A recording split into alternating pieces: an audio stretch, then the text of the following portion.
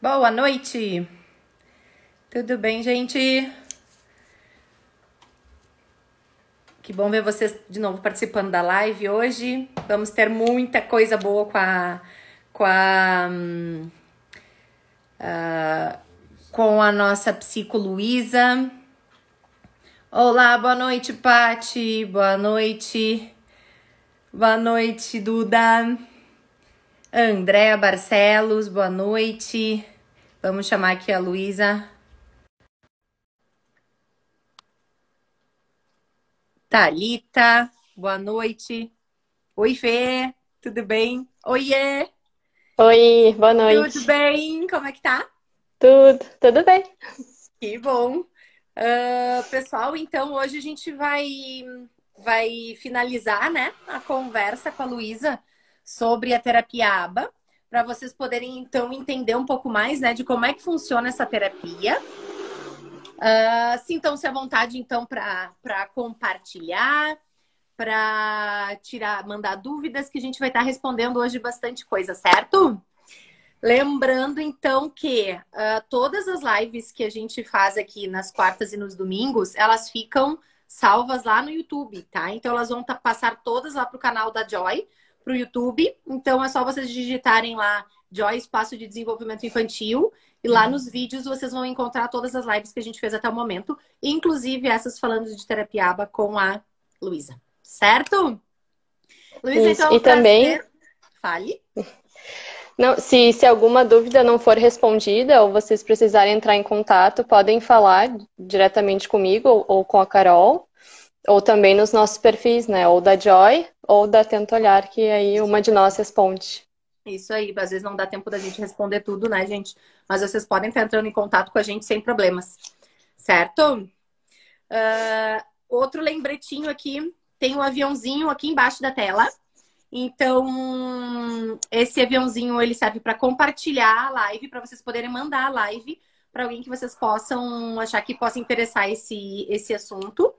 E tem os coraçõezinhos ali, então se vocês gostarem, estiverem gostando da live ou do assunto que esteja sendo comentado, apertem ali no coraçãozinho para o Instagram, então, entender que essa live ela tem um conteúdo relevante, então, para poder mostrar para outras pessoas. Ok? Vamos conversar, vamos combinar, então vamos iniciar nossa conversa? Vamos. Então, vamos começar assim, gente. Vocês sabem como é que a gente identifica a necessidade, né? Quem tem indicação de aba e quem não tem?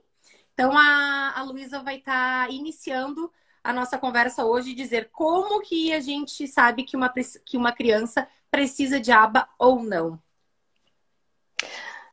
Bom, a gente pode iniciar o AB em qualquer idade.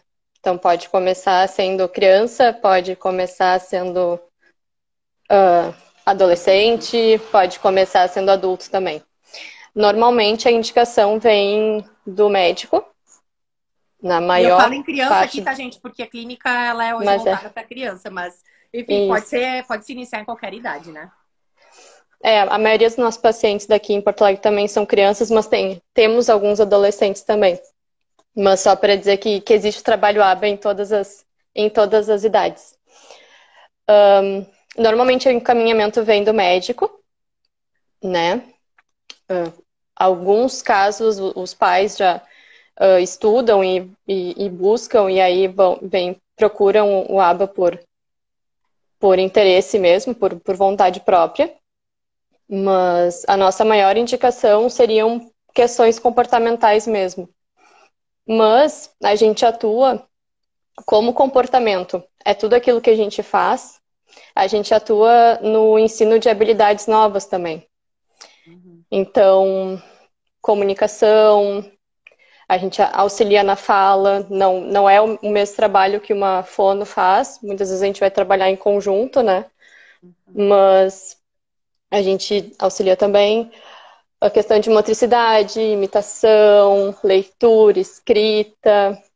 Então, gente, isso é muito importante, tá? Porque tem, assim, uma das dúvidas é, tá, mas aí vai trabalhar só comportamento, né? Mas o comportamento, ele também é o comportamento verbal, ele é o comportamento de habilidades básicas para o desenvolvimento, né? Então, assim, por exemplo, a imitação, né? A imitação, ela é uma habilidade muito importante para ser trabalhada, né? E geralmente num programa ABA, se a criança não imita, vai ter muito provavelmente vão ter esses programas, porque a habilidade de imitação vai favorecer muitas outras aquisições de habilidades, né? Ela é um pré-requisito, na verdade. Imitação e olhar para o outro são os dois pré-requisitos para o ensino de qualquer outra habilidade. Exatamente. E Então, são muito importantes. Então, essas habilidades relacionadas ao desenvolvimento, né? Ao ganho de repertório funcional, ele está contemplado, o ABA, então, ele contempla isso, ok? Não só para os comportamentos que são disruptivos ou que devem ser modificados, tá? Mas é toda uma linha, uma base de habilidades que é levada em consideração para o desenvolvimento, especificamente aqui quando a gente está falando em criança, tá? Isso, é. E até muitas dos pacientes que vêm, assim, não têm problemas comportamentais, né? A maioria não tem, né? Mas precisam de ajuda para adquirirem uma série de habilidades, né? E aí acaba que o comportamento inadequado vem depois ou muitas vezes nem vem, né? Mas a gente tem a gente recebe o outro caso também, né? De pessoas que têm muitas questões comportamentais, mas conseguem, eu já tenho as outras habilidades, e daí a gente trabalha na redução de comportamentos, mas a gente trabalha sempre nos dois, na redução de comportamentos e no aumento de repertório, no ensino de habilidades novas. E aí eu acho que é importante a gente já engatar num próximo assunto de como é que a gente decide o que vai ser trabalhado na intervenção. Perfeito. Claro, a gente sempre vai comparar, né, com o desenvolvimento típico. Então, a gente, independente da idade, a gente vai lá. 10 anos. O que uma criança com desenvolvimento típico de 10 anos precisaria estar fazendo? E aí a gente compara com a criança, com pré-adolescente já, né? Que está na nossa frente e vê o que ele precisaria. O que ele não tem, na verdade, né? Só que, além disso, a gente precisa ver também, no contexto que ele está inserido, o que é importante para ele. O que faz falta no dia a dia dele. Né? Porque não adianta a gente trabalhar só olhando para os outros, né? Tipo, comparando em relação aos outros. E não levar em consideração as necessidades dele, né? Do contexto. Exatamente. Porque o que acontece? A gente trabalha com uma coisa que não é necessidade real do indivíduo, ou da família que ele tá, ou da escola que ele tá. As pessoas não vão trabalhar também. Então, vai ser um tempo que a gente vai estar perdendo, né? Então, tudo aquilo que a gente vai trabalhar na terapia vai ser sempre decidido primeiramente com a família, né? Quando o indivíduo conseguir expor sua opinião, vai ser trabalhado com ele também. E aí, também a gente vê junto com os outros profissionais que já atuam com a criança, né? Para saber o que eles também sentem falta. Ótimo. Lembrando, né, gente, que a gente tem que sempre falar de uma questão interdisciplinar, né? Então, não tem como se começar uma terapia ABA sem poder entender o contexto familiar, o contexto escolar, o contexto clínico, né, das especialidades, dos atendimentos que essa criança já fez e faz, né, para que esse plano realmente ele consiga dar até suporte, né, para os outros ambientes, né, que essa criança frequenta. Isso, exatamente.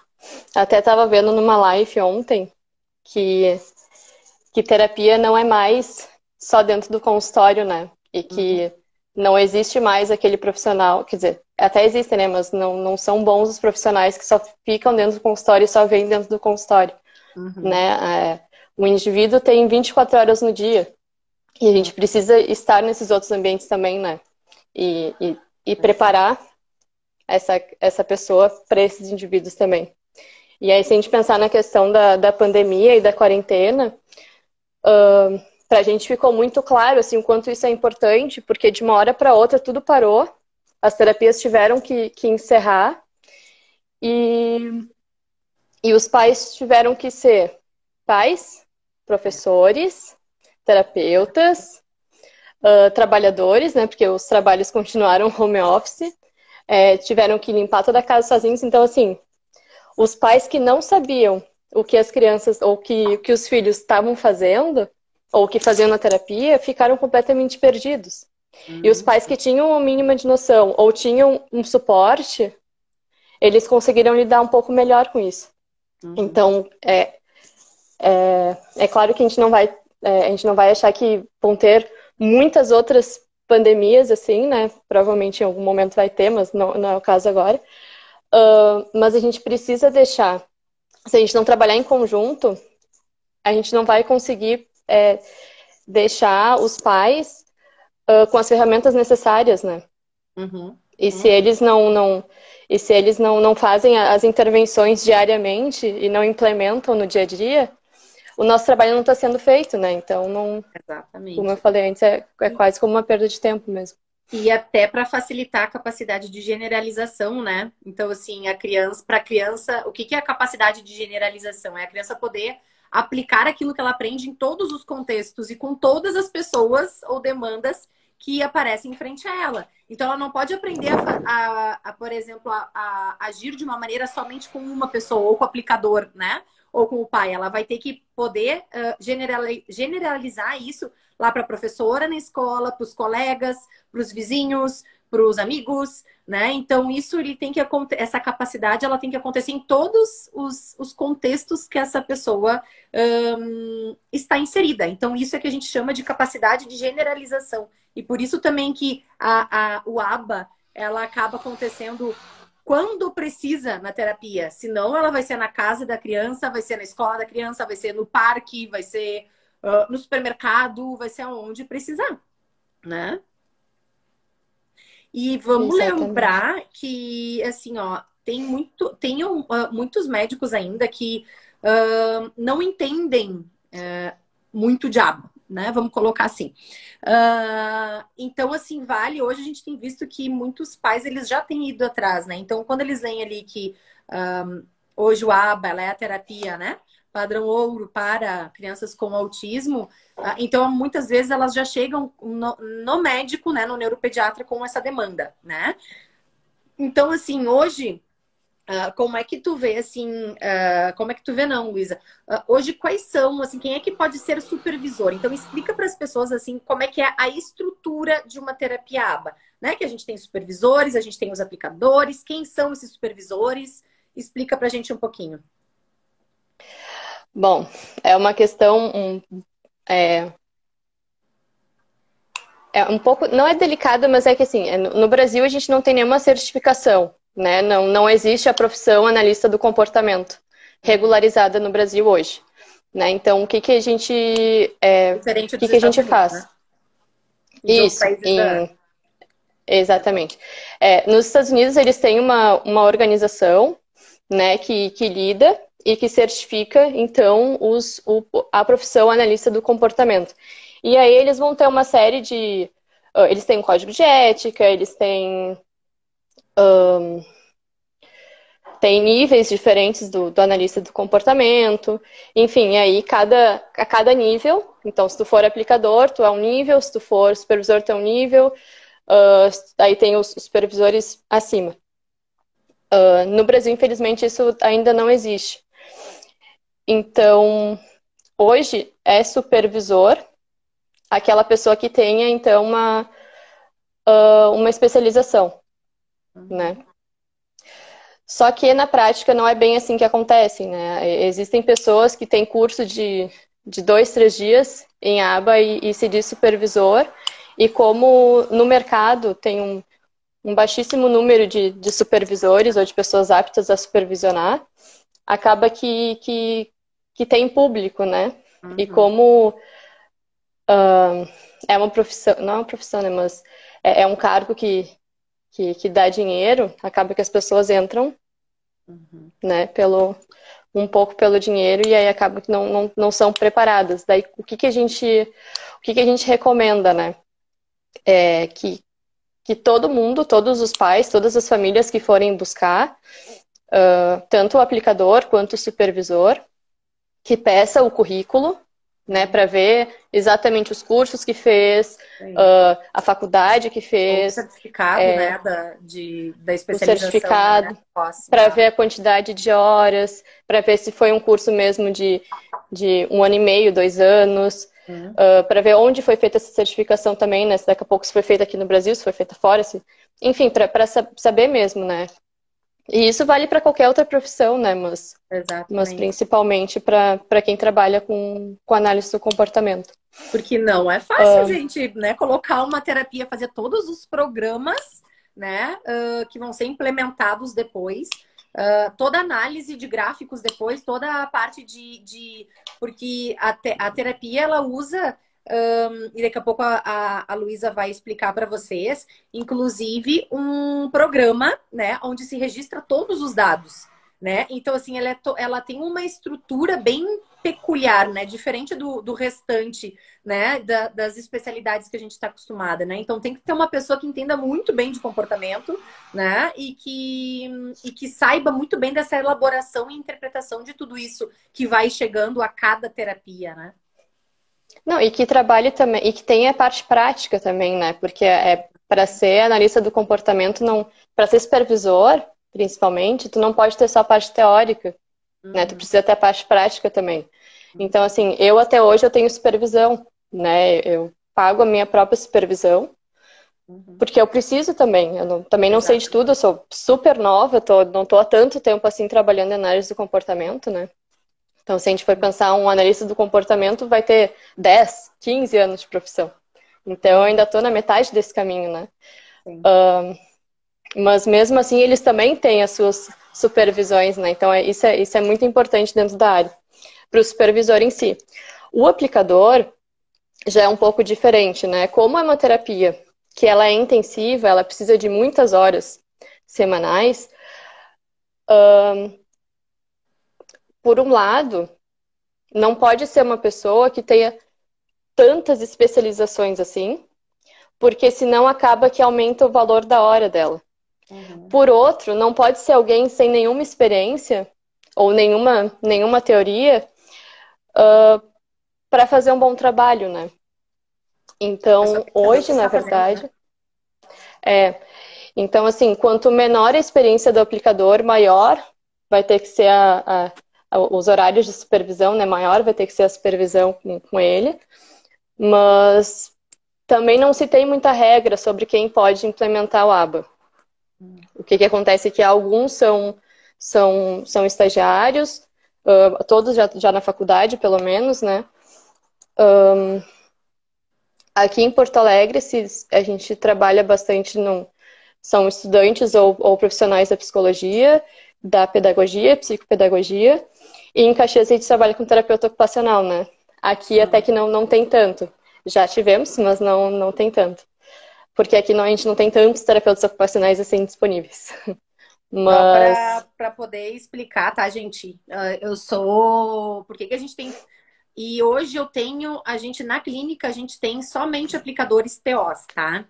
Por quê? Porque primeiro que eu sou professora ali, né, do curso de terapia ocupacional aqui em Caxias. Então, assim, eu já tenho alunos ou, né, já terapeutas ocupacionais. Então, todos eles passaram por mim, né? Então, eu já conheço muito bem cada perfil e eu já sei quem eu consigo colocar para dentro da casa dos meus pacientes, dos meus clientes, né? Então, assim, são pessoas que eu confio plenamente, são alunos ou ex-alunos que têm já uma bagagem teórica, que têm uma bagagem prática enquanto terapeutas ocupacionais, que eu vejo que são sólidas, né? Hoje, então, eu prefiro que seja TO, porque a gente tem uma questão sensorial aí, né? Muito, muito significativa quando a gente está falando de crianças com TEA. E eu acho que isso facilita demais, né? Ter aplicadores TOs e que depois possam contemplar questões sensoriais dentro, inclusive, do programa, até para poder levar para a Luísa, né? Então, assim, Luísa, eu tenho percebido tal questão, né, que está ligada à questão de integração sensorial. Então, fica mais fácil para a Luísa, inclusive, que é psico, conseguir elaborar e contemplar isso dentro dos planos, né, da TO, né? E aí teve uma pergunta que está relacionada a isso, né, da Saelias, se a avaliação de vocês já incluem a integração sensorial. Daqui a pouquinho a gente vai estar falando, a Luísa vai estar explicando sobre a avaliação, mas assim, a questão da integração sensorial hoje é uma característica da Joy, tá? Por termos aplicadores TOs, então isso consegue se ampliar muito mais. Esse olhar sensorial, ele consegue estar muito mais ampliado, né? Por ser o profissional hoje responsável por avaliar e tratar a parte de integração sensorial, tá? Quer complementar aí, Luísa? Só para deixar claro, assim, mesmo sendo terapeutas ocupacionais, sendo implementadores, eles não fazem o trabalho de terapeuta ocupacional, né? Eles fazem o trabalho de aplicadores ABA. Então, todos eles, antes de iniciar, eles recebem um pequeno treinamento, né? Então, a gente passa uma série de questões teóricas. E são são supervisionados semanalmente. Eu supervisiono sempre durante o atendimento, tento supervisionar sempre durante o atendimento e uma supervisão quando é mais de um aplicador, daí falar com todos ao mesmo tempo. Mas qual é a diferença, assim, em ser terapeuta ocupacional? É que vão ter alguns comportamentos que eu, como psicóloga, vou encarar como comportamentos. Mas a facilidade em ter um terapeuta ocupacional é que ele já vai ver e já vai me dizer, não, Luísa, eu acho que não é. Acho que é algo sensorial, acho que se a gente conversar com a terapeuta ocupacional do caso, a gente vai conseguir adaptar e melhorar por ali ou por aqui, enfim. Então, eu acho que essa troca é muito importante e eu tô aprendendo muita coisa sobre terapia ocupacional que eu não sabia, muita coisa sobre integração sensorial que eu não sabia e faz bastante diferença, assim. Mas sempre quando precisa de algo da parte de integração sensorial ou de algo da terapia ocupacional, o terapeuta ocupacional do caso, que normalmente não é o mesmo terapeuta que está lá, né? Não é o mesmo implementador, vai ser uma pessoa diferente, que daí, no caso da Joy, vai fazer a terapia na Joy. Isso. Aí a gente senta, conversa e coloca algumas coisas ali também a gente pode colocar algumas coisas para ser feito em casa também. Isso aí. Por isso a importância da troca, né, gente? Então, assim, o TO vai ser o responsável por trabalhar a integração sensorial. Mas a partir do momento que um aplicador TO identifica questões e necessidades sensoriais, isso pode ser alinhado muito bem, né? Então, assim, o resultado, ele acaba sendo outro, né? A mesma coisa com a questão da fono, né? A gente faz, é isso que eu ia falar. A fono também, a gente conversa, vê, por exemplo, um paciente que não fala, né? A gente conversa com a fono, vê o que ela está trabalhando para a gente trabalhar mais ou menos os mesmos sons, mais ou menos questões de linguagem semelhantes, para estar todo mundo caminhando junto, né? Isso então a gente fala com todos os terapeutas. Então, gente, só para vocês poderem entender hoje, para acontecer uma terapia ABA, né? Então, assim, primeiro tem o supervisor e depois vão ter os aplicadores, independente da formação, né? Podem ser graduandos ou graduados na área da saúde ou na área da educação, para poder, então, aplicar o programa que a supervisora vai montar. Então, a Luísa vai agora explicar como é que ela faz a avaliação, para depois montar esses programas, para depois passar para os aplicadores, tá? Então, assim, Lu, explica um pouquinho assim, como é que acontece a avaliação, como é que é esse processo? Bom, a avaliação. Como a gente está falando de comportamento, uma boa parte da avaliação é observação, né? Então, eu tenho que observar a criança com a família, né? O indivíduo com a família, num dia a dia normal. Eu tento acompanhar também em dias que a família considere que sejam mais difíceis. Daqui a pouco, sei lá, é a hora do almoço, é difícil, então eu acompanho esse horário. É difícil ir para as terapias, então eu acompanho esse horário. Então eu tento acompanhar em momentos mais assim Uhum. exatamente, para ver como a criança funciona. Acompanho na escola também. E aí, nesse caso de pandemia, por enquanto, novas avaliações não vão ser acompanhadas na escola, né? Mas aí vai ser feita essa avaliação posterior, depois do reingresso, depois que já foi feita uma adaptação, porque também não adianta eu acompanhar uma criança entrando na escola de novo, né? E se readaptando, porque não vai ser fidedigno. E, quando necessário, acompanho no consultório também. A avaliação da Joy, ela é um pouco diferente da avaliação que eu faço aqui em Porto Alegre. Por quê? Porque como a Joy fica em Caxias, normalmente eu fico uma semana, né? Eu acho que eu nunca cheguei a ficar mais do que isso. E aí acompanho a criança todos os dias, né? De manhã e de tarde, nas terapias que a criança fizer no dia, quando ela já está em tratamento na Joy.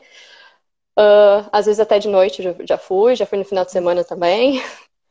Então aí eu vou e fico. Então eu vejo todos os dias. Então acaba que assim, nos primeiros dias a criança já não me conhece tanto, nos últimos é até meio difícil de dar tchau, né? Porque daí eu fico ali. Só pra deixar claro, eu não fico na casa de ninguém, tá? Eu fico em outro local. Mas aí eu vou de manhã, volto, vou de tarde, volto, vou de noite. Isso aí. Porque aqui em Porto Alegre é um pouco diferente, porque a gente acaba marcando por dias, né? E aí como é mais corrido, e eu tenho outros pacientes aqui também, acaba que fica um pouco mais pingado, e às vezes o que leva uma semana para eu avaliar em Caxias, eu levo um mês para avaliar em Porto Alegre, porque fica mais pingadinho. Então temos até essa honra da Luísa passar a semana inteira, né, na casa dos pais, ou acompanhando na escola, nas terapias.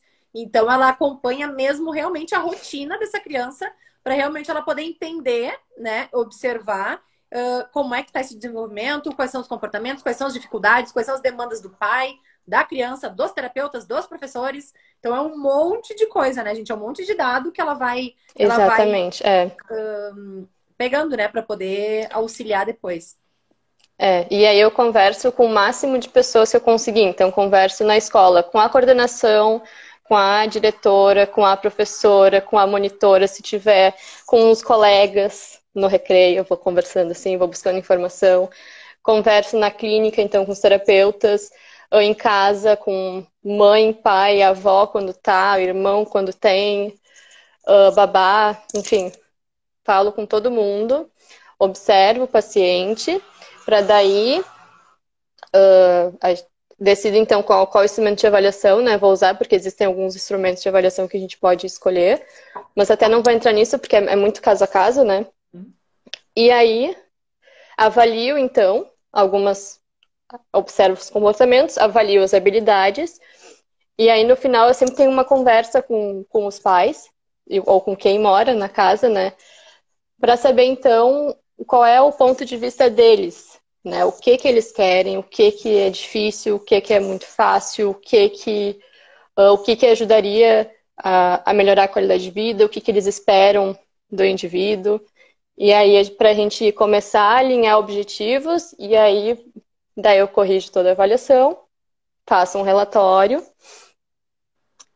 e aí eu passo para Carol. Carol, são tantas horas, preciso de tantos terapeutas, tem casos que podem ser mais de um terapeuta, tem casos que é melhor ser um, ou melhor ser menos.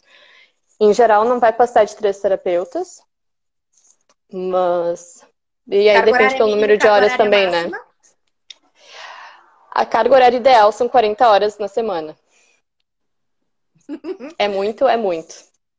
Mas essa é a carga horária que existe em estudos científicos que dizem que o ABA funciona quando funciona pela carga horária de 40 horas semanais.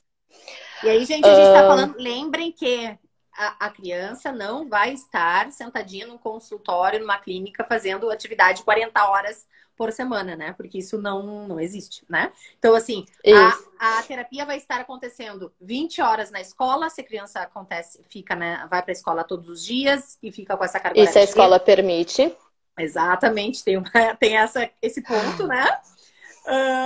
Depois ela vai estar acontecendo em casa, então por isso que é 40 horas. Por quê? Porque vai ter sempre um aplicador junto com essa criança, trabalhando as demandas de todos esses ambientes do dia a dia em que essa criança está inserida. Ok? Uhum. A Joana perguntou os critérios para definir se será um ou mais de um terapeuta. Assim,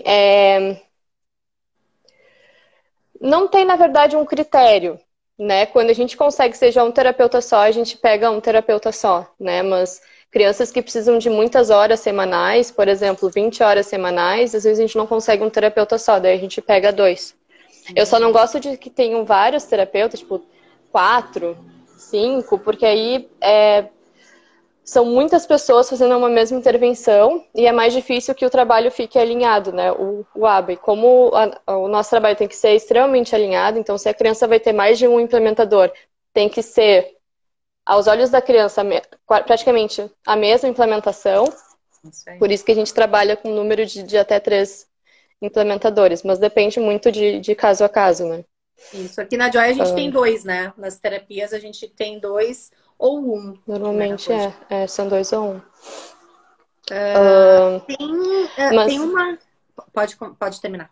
Só para falar das horas, assim, né? O que acontece, né? Como o ABA é uma terapia muito cara. Eu sei que não é para todo mundo, eu sei que não tem no SUS, eu sei que pouquíssimos vão ter acesso a essa terapia. A gente tenta e a gente pensa em formas de como diminuir esse valor, mas infelizmente é a realidade que a gente tem, né? O que a gente faz então, né? Se uma criança não vai conseguir fazer as 40 horas de terapia, a gente vai ensinar os pais. Eu vou ensinar como supervisora tudo que eu sei para os pais. Então, eu foco nos pais, eu ensino tudo que der, porque eu garanto que enquanto que a criança não está em terapia, os pais vão estar fazendo atividades, não que vão estar fazendo terapia, mas vão estar fazendo atividades com uma intervenção mais comportamental, né? Então, eu vou ensinar esses pais a como lidarem. Eu acho que seria mudar o olhar dos pais, né? Então, assim, a gente tem que lembrar, gente, que cada um tem um papel, né? Então, assim, os pais, eles devem ser pais, eles não devem se transformar em terapeutas, né? Mas, enquanto pais, poder observar questões do dia a dia do seu filho e saber como manejar isso, ou como estimular que esse comportamento ou que essa habilidade ela seja desenvolvida da melhor forma possível, né? Então, é poder desenvolver realmente um olhar diferente para os pais continuarem sendo pais, tá? Exato.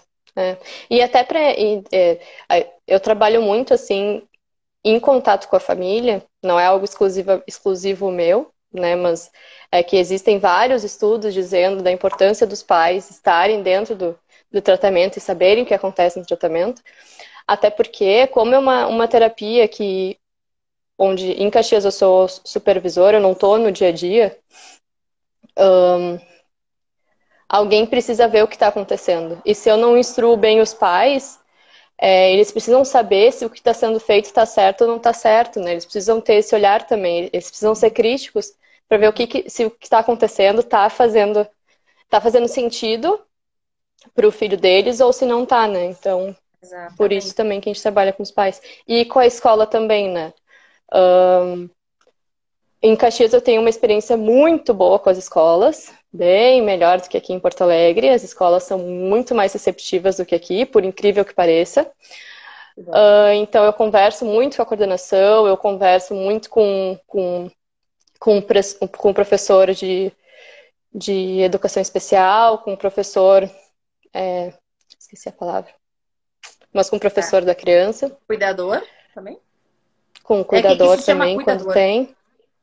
O monitor em Caxias é cuidador, né? E aí, tudo isso que eu ensino os pais, eu ensino também a escola, para a escola também já estar preparada. E para a escola estar preparada para os próximos, né? Uma supervisora minha costuma falar que quando a gente trabalha com aba, a gente não trabalha com um indivíduo, a gente trabalha com a comunidade toda que ele está. Então, a gente tem que ensinar a análise do comportamento e intervenções comportamentais e fazer as mudanças para a comunidade inteira.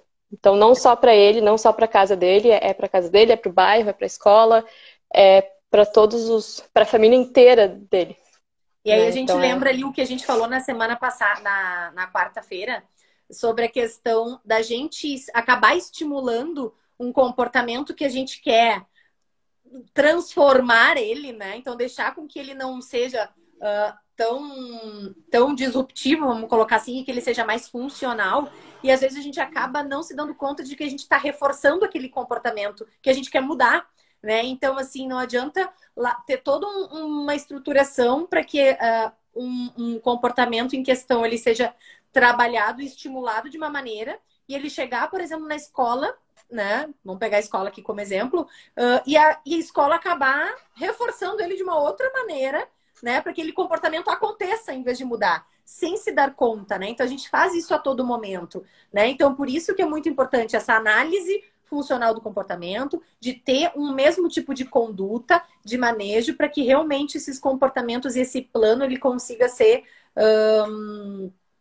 ele consiga acontecer da melhor forma possível, né? uhum.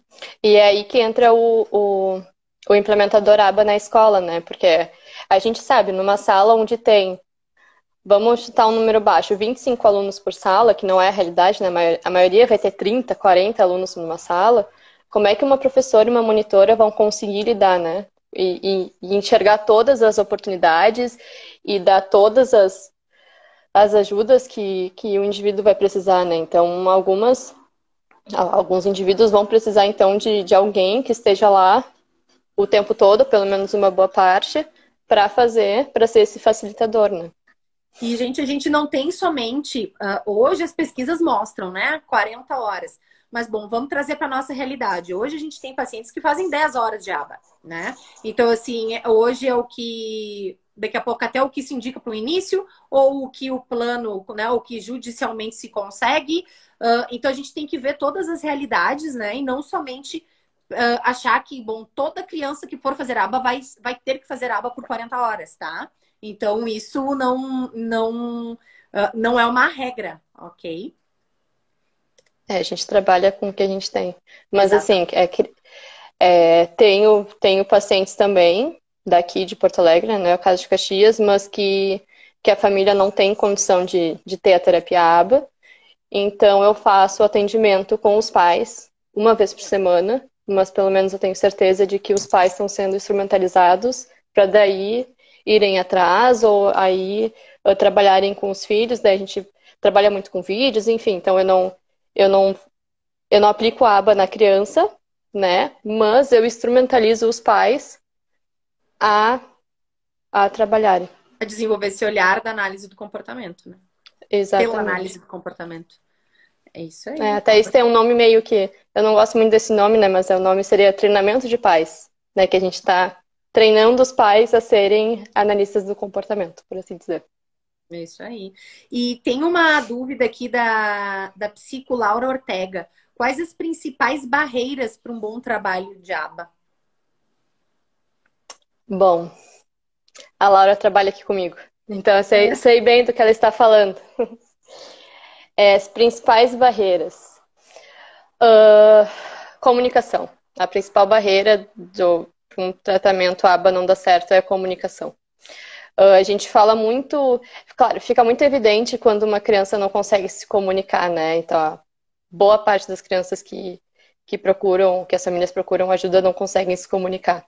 Uhum. Só que a gente acaba não percebendo, assim, que a comunicação entre os falantes também não ocorre, né?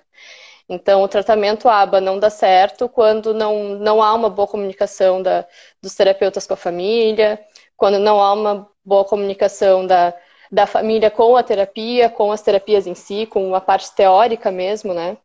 Às vezes a família não entende o que está acontecendo, não expõe, ou o terapeuta não consegue enxergar, né, que está difícil. Uhum. E aí fica um falando A, outro falando B, e a gente não chega a lugar nenhum, né? Porque não dá para chegar num C, por Uhum. exemplo.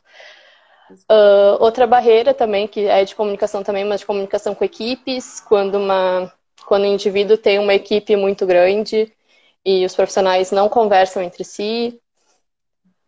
E por aí vai. Mas acho que comunicação é a maior barreira, assim. Uma comunicação não efetiva é a maior Ótimo. barreira para. E assim, Lu, uma outra dúvida. Quando uma criança ela vai fazer, sei lá, ela faz 10 horas, 20 horas de aba, né? E os pais acabam não colocando em prática depois aquilo que se é orientado. O que que tu vê, assim, tu percebe que a terapia, a criança acaba se desenvolvendo de alguma forma, né? Porque está ali, enfim, né?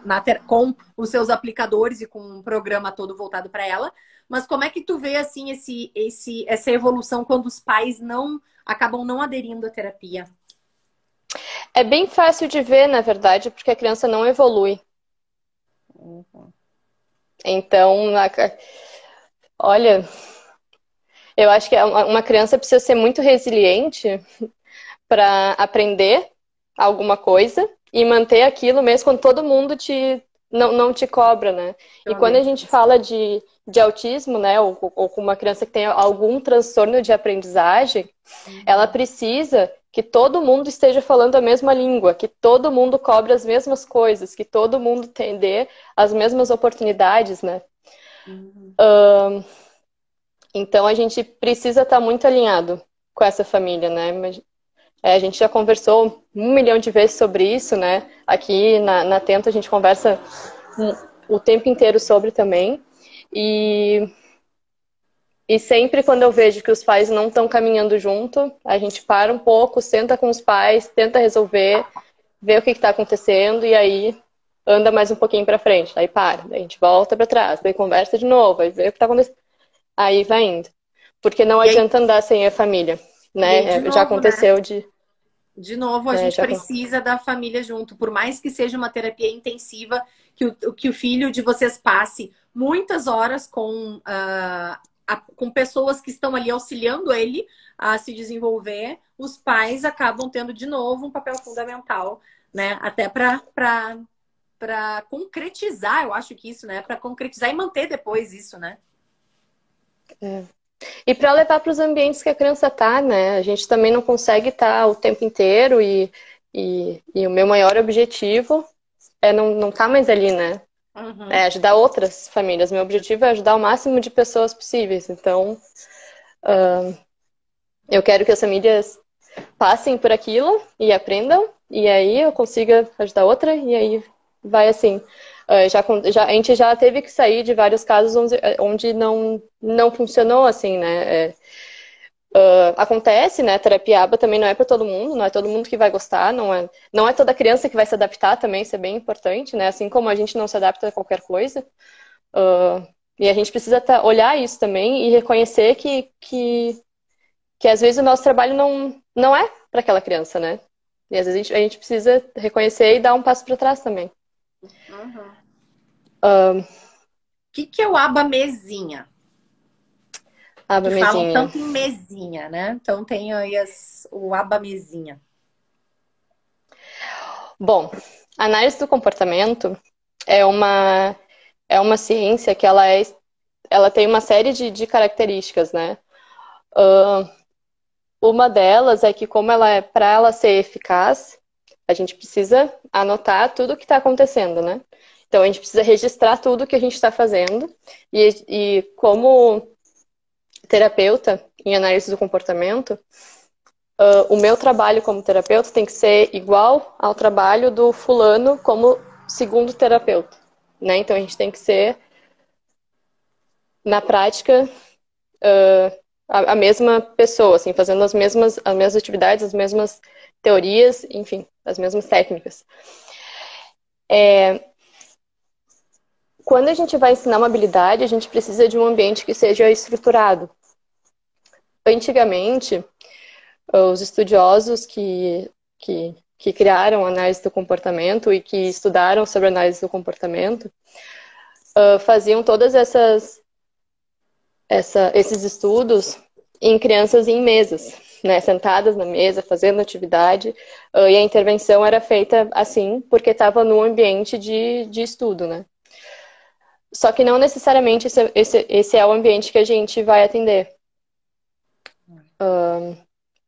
se chama de mesinha, porque antigamente era assim, né? Antigamente o aba era só, então, a atividade de mesa, mas o aba, na Evoluiu. verdade, é...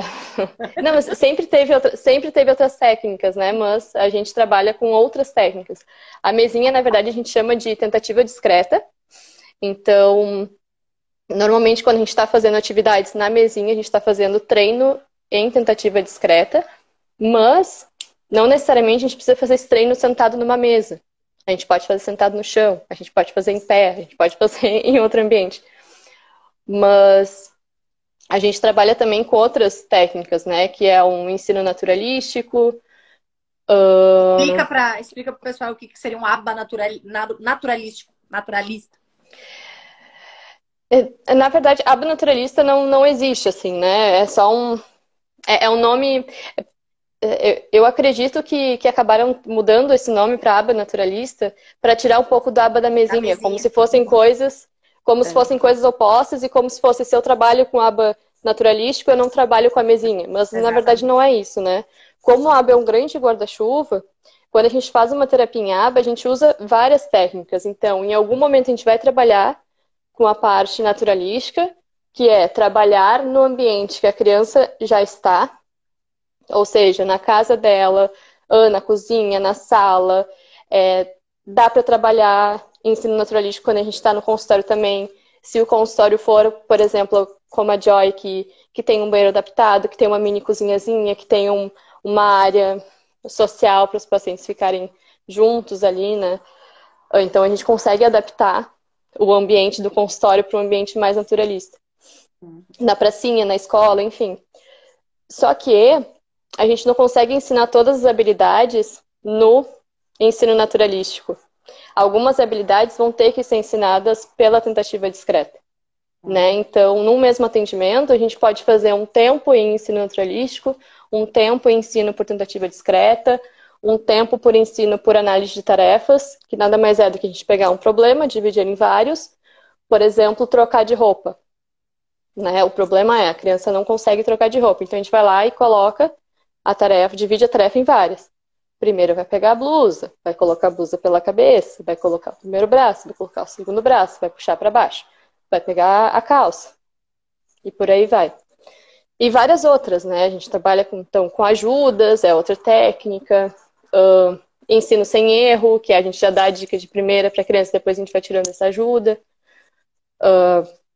Mas aí depende de cada criança, depende de como a criança vai responder, depende da avaliação que o supervisor vai fazer. Mas é por isso que precisa da supervisão, né? Que precisa ter alguém ali olhando e vendo se tá andando ou não. E por isso que a gente precisa registrar também. A gente só sabe se a criança está aprendendo ou não através dos registros, né? Então, os registros podem ser feitos manuais ou, que é o nosso caso, a gente faz por um aplicativo, que aí o terapeuta já passa tudo pro celular ou pro tablet, e automaticamente, eu como supervisora já vou ver ali todos os dados, já vou ver os gráficos, já vou ver o que a criança errou, o que a criança acertou. Os pais têm acesso a isso também. Até para facilitando e para modificando os programas, né? Então, gente, assim, ó, hoje os nossos aplicadores, eles têm ou no celular ou no tablet esse programa, né? Esse aplicativo onde tem ali os programas de cada criança. Então, aqueles programas que eles vão colocando em prática, eles já vão registrando tudo na hora, né? Então fica tudo registrado. Quantas tentativas eles fizeram, quantas vezes acertou, quantas vezes errou, que tipo de manejo teve que fazer. Então, assim, fica exatamente tudo registrado. Porque a Luísa, depois, a Luísa recebe tudo isso e ela já vai, e o programa depois vai transformando, né? Isso em gráficos, e aí depois ela já tem esse acesso para ela conseguir ver se, bom, o tipo de conduta ou aquilo planejado está sendo eficaz ou não. Ou o que nós vamos ter que mudar para que consiga atender essa demanda que foi proposta a ser trabalhada. Mas é assim, esse aplicativo é um que a gente usa, né? Existem vários aplicativos, né? A gente usa um deles especificamente. E aí, cada programa é feito para a criança conforme a sua individualidade. Então, A gente decide as técnicas, os programas, a forma de ensino, de acordo com cada criança. Daí é muito particular de cada um e aí depende da avaliação. Por isso que a avaliação tem que ser feita por um período maior, por isso que a gente tem que ter tantas observações, testagens, enfim. Essa semana, uma mãe tinha me perguntado sobre a questão da diferença entre aba e Denver, né? Se criança pequena também pode fazer aba, se só pode fazer Denver. Então, explica um pouquinho pra gente sobre a questão da análise do comportamento do Denver, né? E como é que são esses dois tipos de terapia, vamos botar assim. Bom, eu sei um pouco sobre o Denver, tá, gente? Mas também não sei muitas coisas, assim. Então, né, talvez teria que... Vocês vão ter que estudar pra saber. Até de análise de comportamentos também. Se vocês quiserem ajuda, assim, pra se aprofundar melhor, posso ajudar. Mas, assim, Denver está no mesmo guarda-chuva da análise do comportamento. Então, dentro da análise do comportamento, veio o Denver. Então, estamos todos no mesmo guarda-chuva. Estamos no mesmo barco. Porque assim, ó, a questão da teoria, né? A questão teórica, ela vem da análise do comportamento, né? Então, assim, o Denver, ele sai de dentro da análise do comportamento. Só que daí hoje ele é mais usado para crianças menores, né? De até 5 anos. Pequenas, eu acho que até 4, né? Mas o Denver usa de técnicas que são mais naturalísticas. Mas, claro, né? Eu trabalho com aba, eu estudo aba, e aba pode ser aplicado desde qualquer idade, assim. A gente tem paciente que começou com 1 ano e meio. Então, não... Mas é que também, né? A gente avalia o caso de acordo com cada criança. Se uma criança tem 1 ano e meio de idade, a gente não vai fazer 4 horas de terapia sentado numa mesa ou 4 horas de terapia fazendo o ensino em tentativa discreta, mesmo que não seja numa mesa, né? A gente vai adaptar de acordo com a necessidade de cada criança, né? Um bom terapeuta vai fazer isso. Exatamente. Então, lembrem, gente, que o ABA, ele vai partir de uma avaliação. E essa avaliação vai partir do que a criança, das habilidades que a criança tem e das habilidades que a criança ainda está com dificuldade de estabelecer, né? Então, ela sempre vai seguir uma linha de desenvolvimento neurológico, vamos botar assim, né? Quando a gente está falando em desenvolvimento, em maturação neurológica, nessas ordens de desenvolvimento, o que uma dá base para poder desenvolver outra habilidade, para depois aperfeiçoar aquela habilidade. Então, o ABA também vai levar isso em consideração, né? Então, é muito importante que vocês entendam que o Denver não é uma coisa totalmente separada, não é uma outra ciência. Ele está dentro da ciência da análise do comportamento, só que hoje... uma intervenção comportamental, né? Isso aí, ele está dentro, né? Que nem a Luísa falou, dentro do guarda-chuva ali da ciência da análise do comportamento. Certo?